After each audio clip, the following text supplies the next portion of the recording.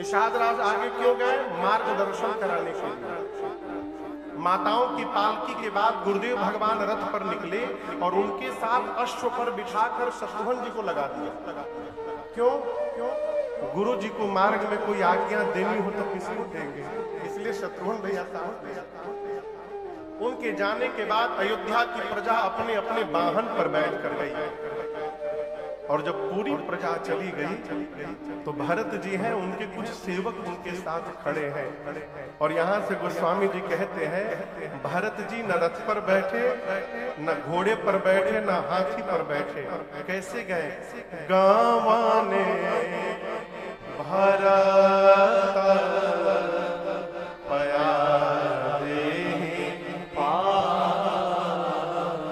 भरत जी पैदल पैदल चलना प्रारंभ किया। और यहाँ गोस्वामी जी कहते हैं भरत जी के सेवक, सेवक नहीं सुसेवक। ये बड़ा छोटा सा शब्द है लेकिन बड़ा अंतर है। भरत जी के सेवक नहीं है, भरत जी के सुसेवक है। कहाँ ही सुसेवक होई अनाथ अश्वसवारा। सेवक कहते प्रभु यदि रथ पर नहीं बैठना है प्रभु तो घोड़े पर बैठ जाइए ना। गोस्वामी जी ने सुसेवक क्यों कहा? क्योंकि सामान्य सेवक रहता तो एक बार बोलकर चुप हो जाता, लेकिन भरत जी के सेवक बार बार कहते हैं तो वो अपने स्वामी के कष्ट को बर्दाश्त नहीं कर पा रहे हैं, इसलिए कहा ही सुसेवक प्रभु बैठ जाइए नाथ, बैठ जाइए प्रभु, बहुत दूर चलना है। भरत जी कहते हैं देखो सेवक को जीवन में कभी ऐसा कोई व्यवहार नहीं करना चाहिए जिससे स्वामी से उसकी बराबरी होने लगे। और दर्शन करिएगा, जिस सेवक की तुलना उसके सद्गुरु से होने लगे, स्वामी से होने लगे, ये सेवक और शिष्य का दुर्भाग्य। सेवक की बराबरी स्वामी से नहीं हो सकती, शिष्य की बराबरी सद्गुरु से नहीं हो सकती।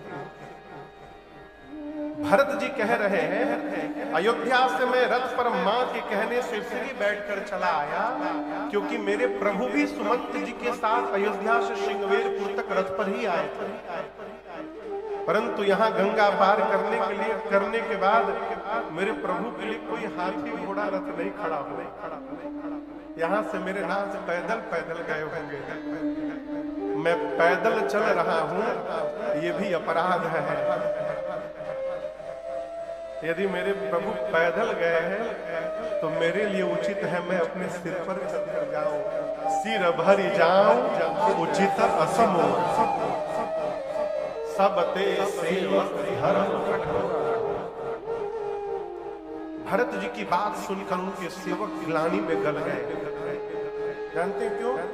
सेवक सोचने लगे भरत जी के राम जी पैदल गए तो भरत जी सिर पर चलने की बात कर रहे हैं, हम इनके सेवक हैं, यदि भरत जी सिर पर चलने लगेंगे तो हम कैसे जाएंगे? ये सोचकर उनके सेवक ग्लानि में चले। चलते चलते दिन के तीसरे पहर में भरत भैया श्री तीर्थराज प्रयाग पहुंचते हैं। बाबा कहते हैं झलका झलका आयन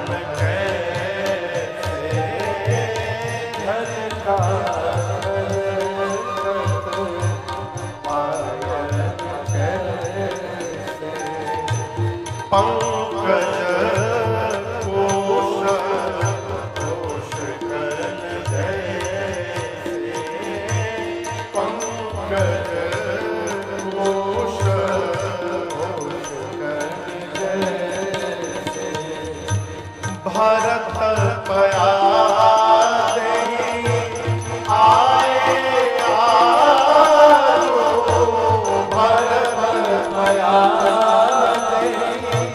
आ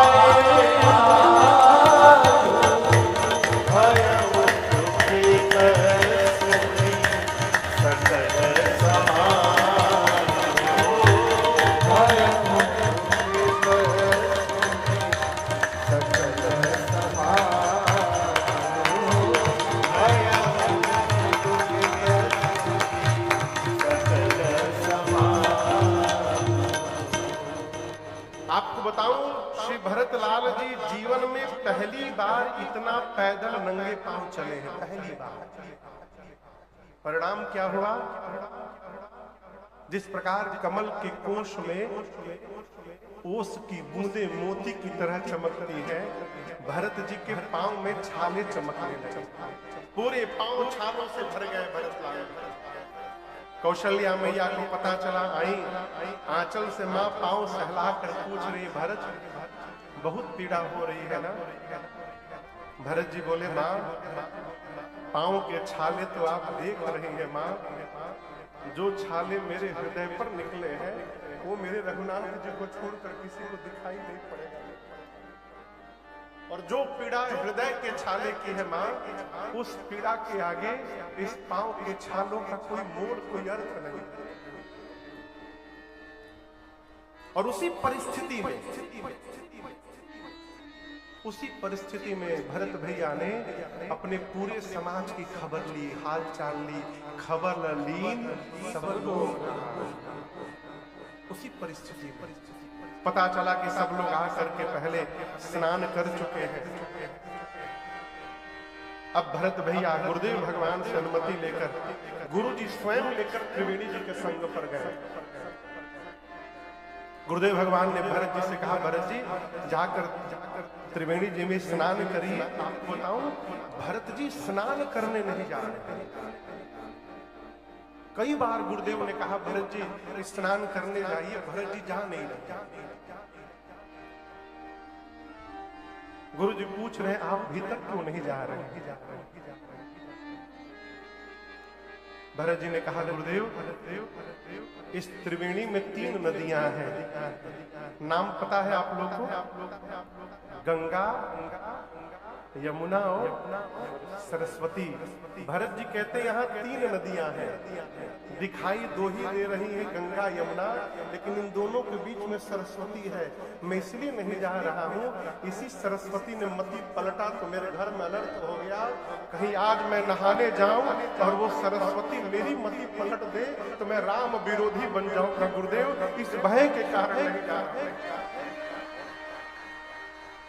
गुरुदेव अपने हाथ से हाथ पकड़कर भरत जी का स्नान कराएं।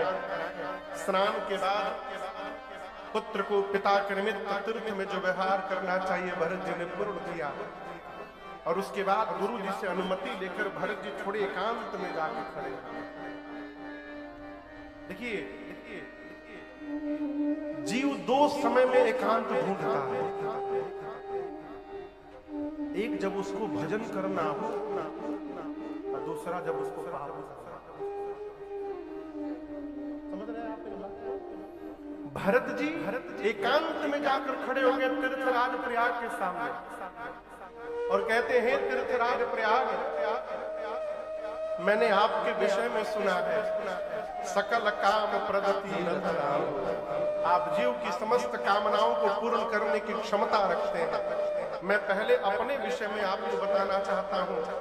हे प्रयाग जी, मैं जिस घर से आया हूं ना, मेरे घर में मांगने का नियम नहीं है, मेरे घर में देने का नियम है। मैं क्षत्रिय हूं, क्षत्रिय का धर्म देना होता है, मांगना मेरा धर्म नहीं है। परंतु एक बात कहना चाहता हूं, जीवन में जब विपत्ति आ जाए तो मनुष्य कोई भी कुकर्म करने को तैयार हो जाता है। आरत काह न करई, इसलिए मैं आज अपने धर्म का त्याग करके आपके सामने खड़ा हुआ हूं। जानते हैं क्यों? मांग